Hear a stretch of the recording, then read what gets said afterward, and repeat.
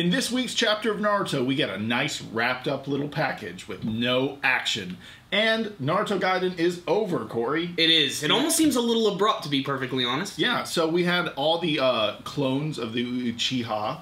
Like, they just got, like, sent to the orphanage. Yeah, because that's what Konoha is all about, which I understand why they did it. I just wish that the transition to that would have been a little smoother, because it just opens up with Naruto being attacked, and he's like, wait a minute, you guys aren't all that bad, and besides, I got Kurama inside me. He'd whip all of your asses. And I'm from Konoha Village, and we're all about, you know, taking in orphans and making it so they don't have to participate in all these big ninja wars, and all the clones just sort of, like, immediately like, yeah, okay, all right, that sounds good, let's do that. Sounds like, better. there was no, like, discussion, there was no debate, it was just like, all right, Konoha, that sounds pretty freaking awesome. But really, that's not even the big thing about this week's chapter. The big thing is that we finally get the full family reunion with the Uchihas. Sasuke, Sakura, and Sarada. They are indeed a true family. Sakura is indeed the mother. Big shock, right? I mean, come on. We all knew that she was going to end up being the mother eventually, and then we had the whole scene with Karin and Suigetsu, and we get to learn that Suigetsu was actually handling the umbilical cord that came from both Sarada and Sakura, and he used that to do the test, and that's why he messed up. And apparently it was Karin who actually did the birthing process. She actually helped her when she was giving birth to Sarada Uchiha, and she sort of considers that like a real tender moment and a true connection to Sasuke. It's not exactly a lovey-dovey relationship, but it's something that Karin will like. But I think the biggest thing that shocked me in this week's chapter, the thing that I was like, whoa, didn't see that coming whatsoever, is that when they finally do return to Konoha, they send all of these Uchiha clones to the orphanage, the one that we've seen before in the series. Know who's running the orphanage now? Freaking Kabuto! Makes no freaking sense. I don't know why they would let this guy be in charge of all these children. Maybe it's because of the Itachi technique that he's a better person now, but I don't trust that guy. Dude still got snake scales on his face.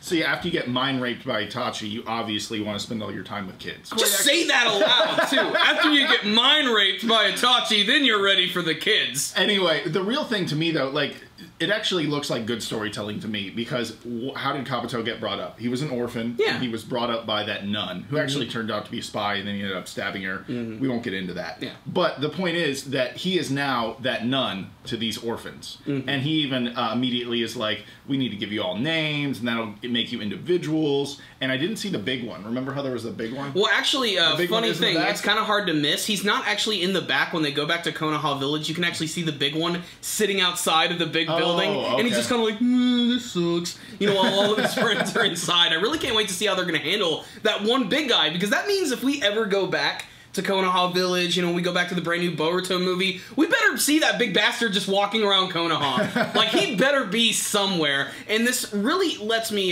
gives me a little bit of hope for the new movie. Maybe we're going to see, like, this big Uchiha task force come in. Like, they're all made up of the Sharingan users. They're going to be, like, their own special, like, ninja group within Konoha. And just the fact that they might appear again is kind of interesting. I'm just surprised how easily they went along with the plan. I just think it's awesome, because imagine this, the Uchiha clan gets reborn through these clones, but yet they get restarted with good in their heart. You know, like Kabuto actually raises them right. And I just found it interesting they brought back Kabuto kind of in this, like, obviously he's a good guy now, but I was happy that they brought him back, and I think it's interesting that they're mirroring his bringing up with the nun, you know, or I guess he's a priest now. Basically, at this point, his entire story has come full circle. You know, I'm still shocked that we're in a world of Naruto where Orochimaru and Kabuto are just allowed to do their own thing. I still think that's really weird. Well, Naruto and Sasuke run the world, and they're just like, they're cool. Remember Whatever. that time? I guess that's the whole point. Maybe just that Sasuke and Naruto are just so freaking powerful, because, like, Naruto got stabbed this week, and then he just looked at that dude, and he's like, look, I got Kurama inside of me, okay? Like, that's all I need. And that was the end of the battle. Like, there was not another single punch thrown. It was honestly kind of shocking and abrupt, but still the episode, or this chapter, still made me feel really good. There were some nice moments, like, I don't like Chocho. I've made that clear. The Chocho but the stuff. Chocho scene even got a laugh out of me. Like, I really enjoyed that. We got to see Choji again. Apparently, he used a crazy technique to make himself thin again. She wants to know all the secrets to that. Sarada's all happy. There's even a nice color page at the very end of the chapter with the Uchiha family. And I gotta admit, it did give me chills. I was just kind of hoping there'd be a little bit more of an explosive ending. And, you know, everybody was saying that this was going to end in 10 chapters. And then it just happened. It was just like, damn, that really was a miniseries. And I was kind of hoping it would tie into the new movie.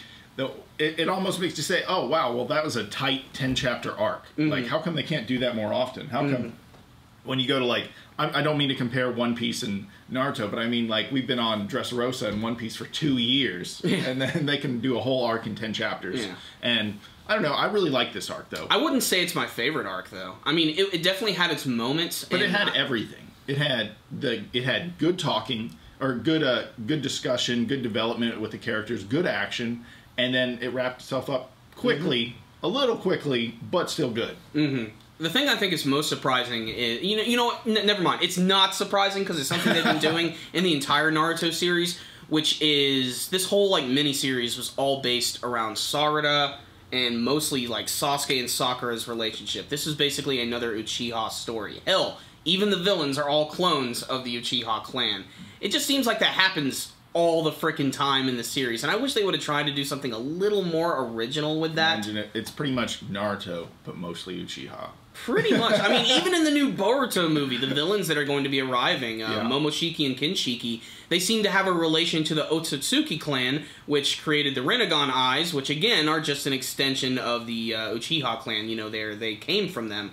So it's like all this like evil sources of power and stuff in the Naruto universe are all coming from like this one area, and I was kind of hoping it would be a little more original. That's not to say there weren't original scenes. Like, I really liked the Shin Uchiha father character when he was using all those different weapons and turning them into his new body parts.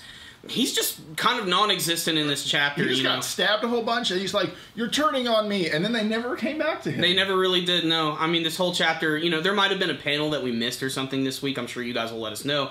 But I didn't remember really even seeing him in the final chapter whatsoever. It was pretty much just all of his clones, which were going crazy, and it was like, oh, okay, I guess we'll just go to the orphanage. Sounds cool. Maybe he, like, visits the orphans, you know? Maybe that, you know, just hangs out with them. He's like, I'm sorry, guys. That's weird. They're being way too lenient on villains in this series. That's all I gotta say, you know? Yeah, it was a good chapter, though. I was happy with how it wrapped. I'm gonna give it a 4 out of 5.